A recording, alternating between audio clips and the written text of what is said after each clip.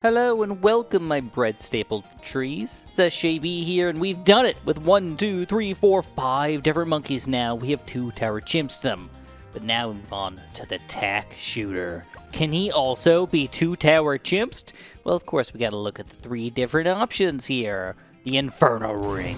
This guy is a beast. He's pretty expensive, but he's fair for what he does. In addition, he's got that camo detection as a 5th tier. Not as the actual shooting tower, but his ability, the Meteor, has camo detection. So he could be a really good and easy-ish 2 tower chimps, maybe? And then it comes down to Super Maelstrom and the Tech Zone, which have 2 really common problems with them. They don't have lead popping power, and they don't have camo detection. Oh! To be honest, I don't know which one would be more difficult to 2 tower chimps with. I think probably the Super Maelstrom. So let's give it a try first. The nice thing about the Tack Shooters, you can actually start off with it and start off with it fairly easily. In addition, don't forget that the super range Tax actually gives you extra pierce, so we can just kind of launch through these balloons right from the get-go. As far as maps concerned, we actually have a lot of different maps that Tack Shooters could be good on. I feel like this was kind of like a fun, different map that we haven't played that much, so let's give it a shot. We get a round 10 Blade Shooter, we have to decide, do we want the faster shooting or the more tax? Now, I've done significant testing on this guy, but not recently. Okay, so this could have changed, specifically with the alternative clockwise versus counterclockwise rotating Stroms here, but I believe that the faster shooting and the even faster shooting are better in like 99% of situations, so that's what I'm going to use today. Dang, got to build a mortar already. So normally I would not care where I put the mortar, but I specifically put it on the left side of the map today because even though it does take up some of the map here, it is pretty reasonably easy to micro in the bottom right corner here just by leaving it in an area, but microing the rest of the map here is actually kind of difficult, and I wouldn't want to put my mortar over here to have this thing randomly jump out every single time I'm trying to hit balloons anywhere in this area. So even though it seems a little bit silly here to, oh crap, there we go. Alright, even though it seems like a little bit silly to specifically put them on the left side, it is a thing, at least a small thing. Now, balloons are actually not going down super easily, so we're going to go for that Burning Stuff and Signal Flare, which means we are locked into this cross path. We need to go for a ridiculous Shattering Shells and eventually that big fiery mofo, the Balloon Incineration. Now, this guy's $43,000, so he's expensive. There's no way we're going to get him right away. Instead, we're going to have to go for the Blade Maelstrom and the Super Maelstrom quicker and hope that that is enough to get through weird rounds like the Moab and stuff. Round 31's actually kind of tricky here. Got some regens trying to sneak through. I don't want to say sniped, but definitely hit. And last little guy, we got it. Bernie stuff. Oh, it's regenning. Got it. All right, so just in case you guys are curious, as far as cross paths go. Oh, first of all, Blade. First cross paths go with the mortar, though, it is more effective short term. Let's go for the fast reload. And even faster reload, because it'll make it shoot quickly, so I won't have to micro as much, and it'll just kind of like do a lot of Burning Stuff action. I won't miss much. Camo balloons will have no problem, but the bigger blast and the Balloon Buster is better long term. It is significantly stronger in the late game. And you know what? I don't want to lose on round 98, 99, or 100. I'd rather lose on round 45 and just say screw it. You know, like, it's not possible, or it can't be done. I made a mistakey poo. I got my Maelstrom.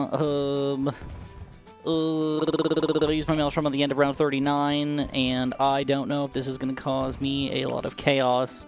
But we have a Maelstrom ready to go, but I don't think I could use it twice for sure. I don't think I could have used it twice anyways, but I really need this Maelstrom to be absolutely godlike here near this Moab. So let's hope. Near the Moab, little tiny bit early. And, ooh, actually, not bad at all, little guy. Thank you so much. Shoop da whoop, baby. Super Maelstrom is ready to go. Okay, that's a huge change.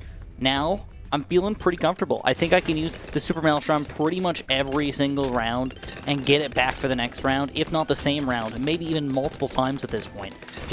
I could just use it every single time that I can use it. But I'm probably not going to do that just in case I screw something up and lose in a really stupid way. Now, the one cool thing about the Super Strom is that obviously it does have that ability, which is pretty freaking amazing, but its regular attack is also much stronger. So now, we were struggling against the ceramics randomly. Now we don't have to worry about that without even using an ability. I mean, look at this. We just got to burst this thing down to nothing. It's kind of cool, actually. This is a freaking BFB, guys, on top of a Strom. Check this out. It is good when you hit it just right. Well, I kind of forgot about the fact that we can de-reinforce the balloons as well. That is easy to overlook the awesomeness of that for these weirder rounds like round 62. It's not like we automatically win or anything like that because I don't want to use my ability here because I got round 63 coming out. That's a scary round. But just having that possibility is cool. Come on, get him, yellows. And we can... Oh, it's a freaking black! Yeah, the blacks! Okay, a little better micro this time. That was for 62. Now we got 63 coming up.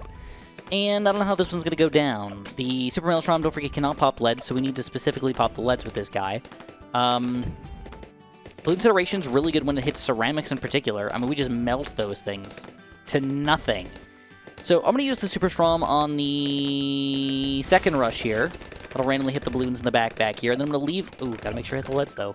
I'm going to try to use the mortar in the front. I guess I can't use it in the front, man. I'm going to try to use it up here to start on these ceramics. As soon as they pop out, we're going to have to micro pretty heavily. Hopefully. There we go. 1 hit. 2 hits. 3 hits. Can we get one more? Oh, we got the Super Strom back. We don't even need to do those micro. That's crazy. And that is going to be it. Wow, 63. Not a problem. Freaking round 75, man. Hate round 75 on 2 Tower Chimps runs. It always likes to kill me. But not today. Not today and not today. So cool, like, that we actually get a Balloon Incineration. I think that was on round 75. We had the money, but boom. Round 77. Balloon Incineration is up. We can't lose for a long time. If we lose by the 90, but before we get to round 90, I'd be very surprised. So I'll meet you guys a little later. This is just a domination run so far. Remember when I told you guys we're going to be doming easily into the 90s? I was wrong. Round 78 and purple balloons. They're actually a problem here. Admittedly, this also scares me for round 95 because they are not only purples, but they're camo regen purples that are coming out. How do you deal with that? Well, luckily, right now, we can use the Strom to clean up all the purple balloons, and then for the rest of these guys, they should end up getting destroyed, probably, or just leave the birdie stuff, like, away from the purple balloon and let the Tack Shooter deal with it, but... So normally, the Super Strom's biggest weakness is reinforced ceramics. Generally, they are very, very, very tricky to pop, but we don't have to deal with that. Don't forget that this Balloon Incineration doesn't just put fire on the screen and pop balloons, it also defortifies all of those balloons. So we don't have any more fortified balloons at all, except for... I don't remember if DDTs or not. I don't remember. I think that it used to be a Monkey Knowledge Point, and I think they updated it, so Balloon Incineration can now affect DDTs, but not bads, which makes sense. DDTs-wise, though, I mean, I'm not saying, like, impossibility or anything like that. This is definitely a little bit on the sketch side, specifically when we get to the tougher balloons. Man, these look like they're fortified still. Why is that? Either way, we're taking them down. We're going to go for that Strom early on 91 here. But oddly enough, one of the easiest rounds for us, if we can get to it, will probably be 98. Because one of the biggest problems with it is the fact that it is so many reinforced balloons all in a row. We just get to take them all down to regular balloons. So it's almost like we made 98 almost twice as easy, as ridiculous as that is. Plus a lot of these other rounds that are fortified as well just make them twice as easy. But we don't get any more money to spend. This is it at this point. We are stuck with this, and I think the biggest issue for us is probably going to be, can we pop DDTs, and can we pop round 99's DDTs, or 95's DDTs, or even the bad's DDTs, all at the same time? I don't know. Oh crap, round 92 is actually pretty difficult too. Fire in the back, fire in the back, fire in the back for cleanup, and boom. That's another reason why I picked this map, because we do have this nice corner back here, which is just as effective as this triangle and this triangle, and or maybe even over here, this triangle. Oh crap, DDTs again. Oh man, we missed a bunch of them, but we wrap them around with the Super Maelstrom in the middle of all of this. Will the fire be enough? DDT in the very back of the screen here, though. I'm going to get one hit. It doesn't pop. Significantly better. Hit them DDTs. All the DDTs are burned. Fire is still attacking balloons. We got a Strom. Oh.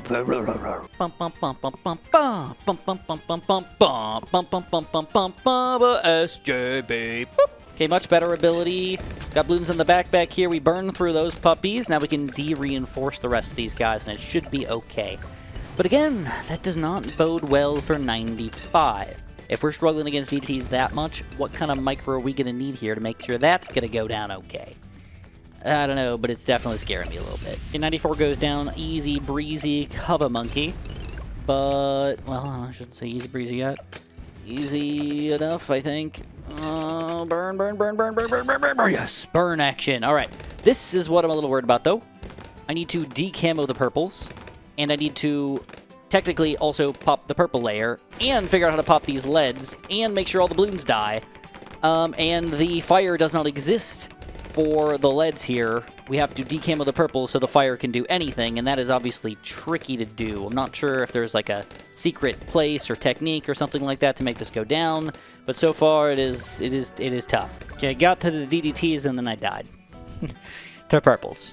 Okay, Maelstrom, last second. No, snipe the blue, bro, snipe the blue! Far, interestingly enough, there does not seem to be a magic spot where I can put my mortar that it just pops all the camo purples. Again, the problem is that the fire does not appear because all of the purples absorb it.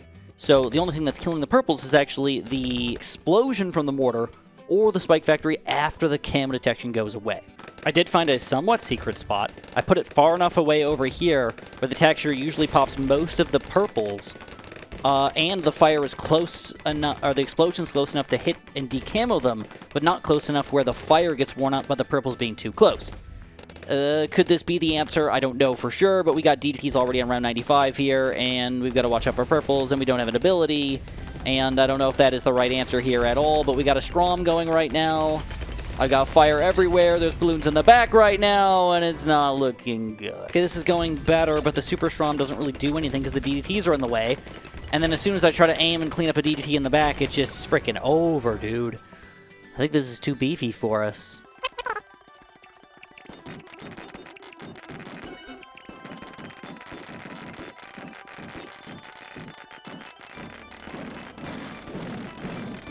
Alright, I'll admit it, I think I got it just about as perfect as you can get it.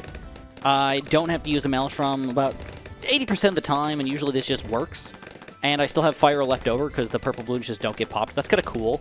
But when the DDTs pop out, there's still purple balloons on the screen, and I have to leave this guy here for at least one more extra shot. So the first DDTs end up getting kind of not hit by purples. So I can wait on my Strom usually until about this point, but it's probably too late, and some of the DDTs just don't get hit by the fire in time, and then they start sneaking through. So even though it's close, there's just too many DDTs, there's too many balloons, eventually they're going to sneak through. Even if I do a perfect job, this run is over. I'll admit it, sometimes it's not worth trying a 2-tower chimps run if you just know you're going to lose on round 100. Okay, so sometimes it's worth it to test out some different tower combos, different tower strategies, just right away.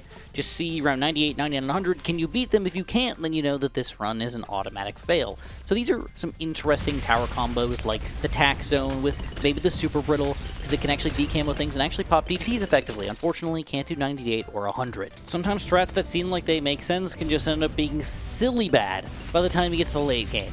I mean, I don't even have Monkey Knowledge off at this point, but this is round 98 with a Tack Zone and a Pod combo, which I think is probably one of the only combos that could probably work, because again, that lack of lead popping power really kills the DDTs at all.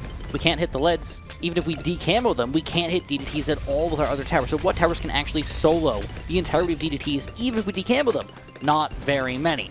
And then we end up losing on weird rounds like 98, and even can't beat 100, so yeah, Tack Zone, man, I just think I'm going to call it right from the get-go. I don't know if you can do tower chimps with it, like, at all right now. It's not very good. But Inferno Ring, on the other hand, is a very cool tower. Oh my god. No. No. I did not know this. The Inferno Ring has lost its camo detection from the meteor. So that sucks. Not having cam detection anymore, I don't know how I didn't notice that. Because I go over the updates, I don't know if I just forgot or it just was like seemingly a small thing at the time that I just overlooked. But either which way, losing cam detection sucks, man.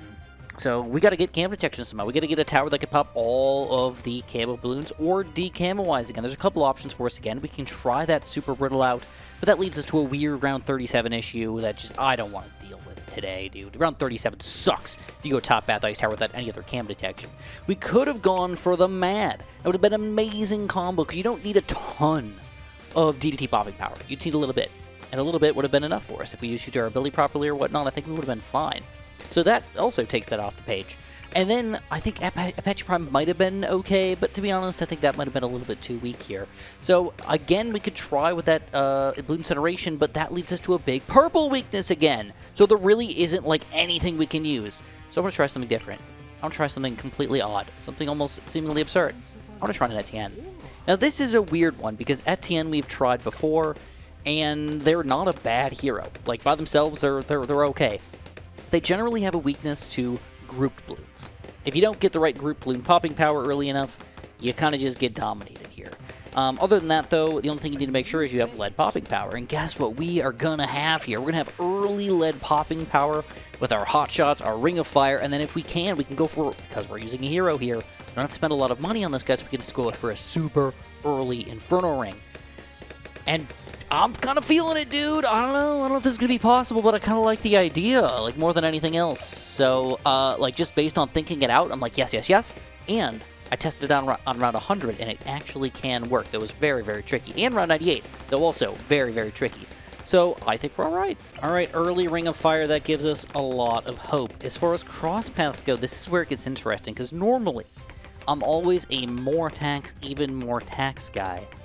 But I think that this gives you extra Pierce, and I think it gives extra Pierce for the Meteor as well, though to be honest, I don't remember the numbers on this thing. So this is a risky thing to go for right now, but I'm going to try it. I'm going to go long range and super range here, specifically because I put him in a spot over here where I thought that I wanted to get closer to the front over here. So I wanted to leave me with enough room where I could still hit the balloons kind of in the back corner over here. And which way, he does not have cam detection yet, but in just a couple rounds here, he's going to have cam detection, so we've got all our bases covered, pretty much. But yeah. And all we got to do is save up 50 grand. Oh, no. We are 15k away. Things are still going all right. Believe it or not, Divide and Conquer has been good enough for us. Once we reach level 10, it's going to give us a nice new ability to use on top of everything we currently got. And I really haven't even had to use my ability much. I mean, a couple of MOAB rounds have been like, I'm going to be safe and use it, but it was not 100% necessary most of the time. So yeah, feeling pretty good. Okay, so 62 is a little bit tricky. We got to start off by using our first ability here to make sure we're popping through the purples, which could end up being an issue for round 95 as well, if we don't reach level 20. If we reach level 20, it doesn't really matter much, but then we have to swap into our second ability here to pop through the purples, and that gives us enough money for Inferno Ring. Now, that would not have helped against the purples, but it will help us out against everything else. So as far as everything is concerned, I don't know if this is the correct positioning. I'm just kind of assuming that this is the correct positioning, but knowing that this was so ridiculously easy, if I had to hop in the challenge editor, I wouldn't feel bad about that, to kind of move positionings around after, you know, 80s or whatnot. But this has gone great. You know, if I've tried Etienne plays before, and they've been pretty awful. This is the first one where I'm like, I'm confident so far, but we're stuck.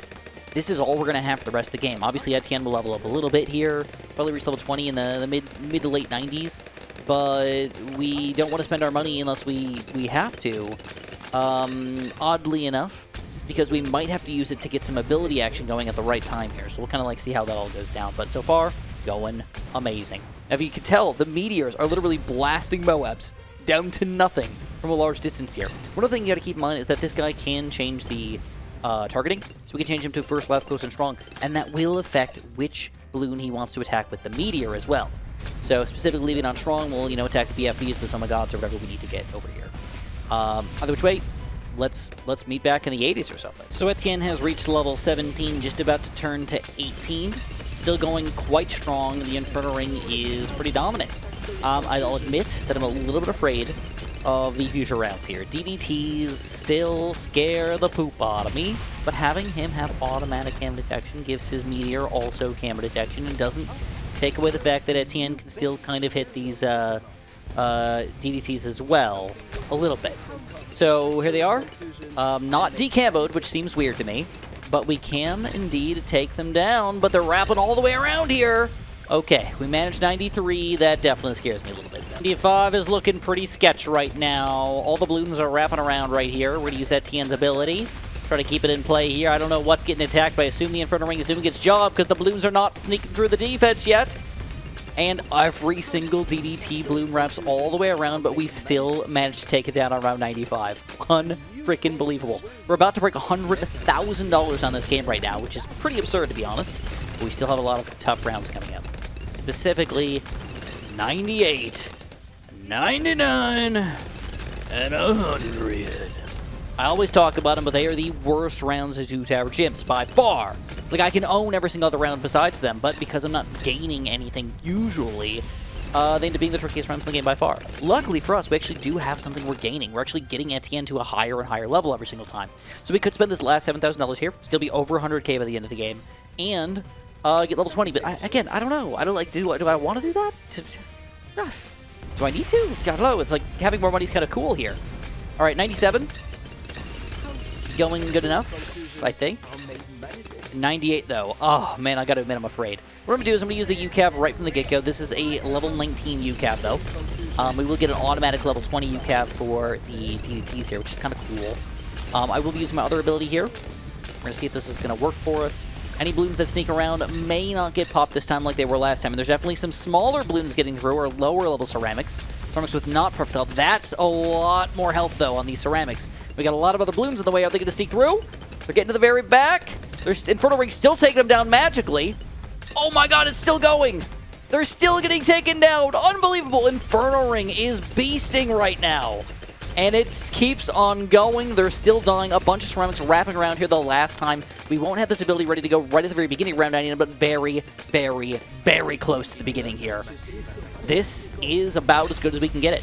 Ability ready to go right now. I'm going to use it early. I want to make sure I'm doing as much CDT pop and power as possible. I'll use my other ability as well, just because why not? And we've got Reinforced DDTs. Still kind of all over the place here. Oh, gosh. Okay, last 4, last 3. Oh, no! Round frickin' 99. So one cool thing about Etienne is that you can start the round at different times, and that can lead to his ability being in a different spot when you start it off.